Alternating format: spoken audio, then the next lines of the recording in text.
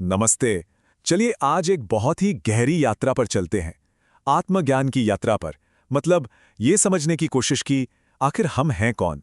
ये श्लोक है चाणक्य नीति से। और आप जानते ही हैं चाणक्य कितने बड़े विचारक थे।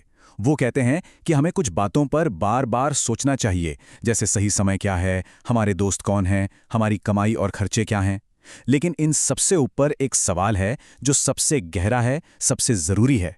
कश अहम, यानी मैं कौन हूं।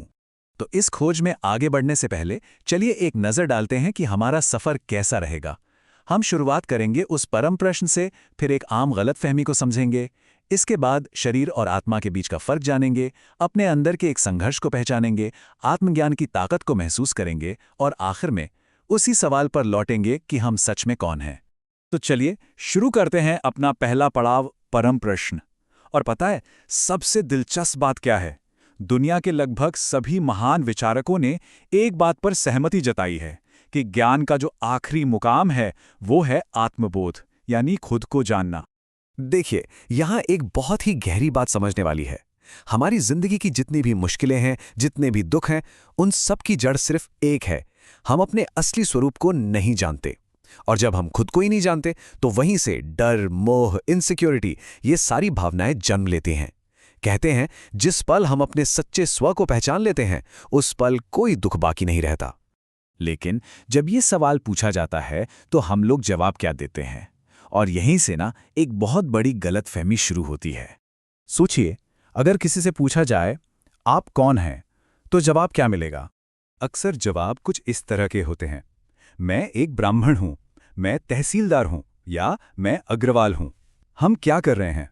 हम अपनी पहचान अपने कुल से, अपने काम से या अपने पद से जोड़ रहे हैं। और हम मान लेते हैं कि बस यही हमारी पूरी सच्चाई है। ये सब हमारी बाहरी पहचानें हैं। और दोस्तों, यही सबसे बड़ी भूल है। ये जो भी पहचान हमने बताई, ये तो हमारे शरीर की है, हमारे असली स्व की नहीं। हम इस शरीर में इतने खो गए हैं कि हम खुद को शरीर ही मान बैठे हैं।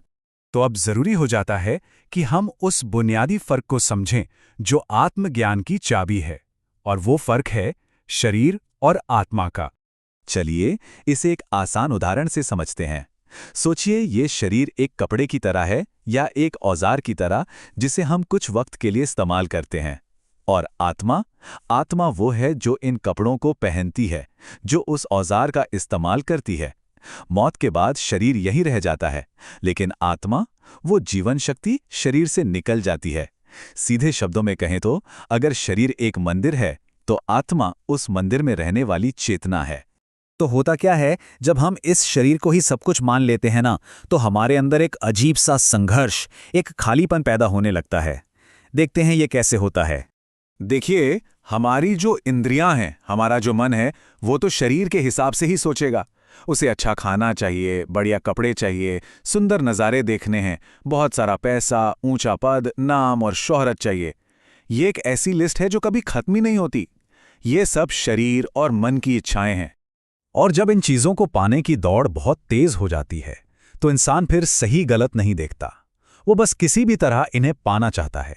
और बस यहीं से जीवन में सारी अशांति और दुख शुरू हो जाते हैं। लेकिन इसके बिल्कुल उलट आत्मा की पसंद कुछ और ही है। परोपकार, सेवा, उदारता, त्याग, तप। और याद कीजिए, जब भी हम इनमें से कोई काम करते हैं तो अंदर से कैसी गहरी शांति और खुशी महसूस होती है। वो आत्मा की आवाज है। तो फिर इसका हल क्या है? हल छिपा है आत्मज्ञान की शक्ति में, इस एहसास में कि हम ये शरीर नहीं बल्कि आत्मा हैं। तो जब किसी को आत्मज्ञान हो जाता है तो वो कैसा महसूस करता है? ये श्लोक उसी अनुभव की एक जबरदस्त घोषणा है।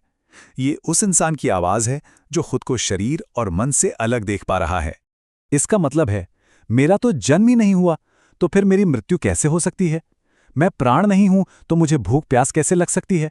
मैं मन भी नहीं हूं तो मुझे दुख और मोह कैसे हो सकता है? मैं कुछ करने वाला यानी कर्ता नहीं हूं तो फिर मैं किसी बंधन या मोक्ष में कैसे पड़ सकता हूं? ये एक आज़ादी का एहसास है जो शरीर और मन के सुख दुख से बिल्कुल परे है। तो असली बात क्या निकल कर आती है?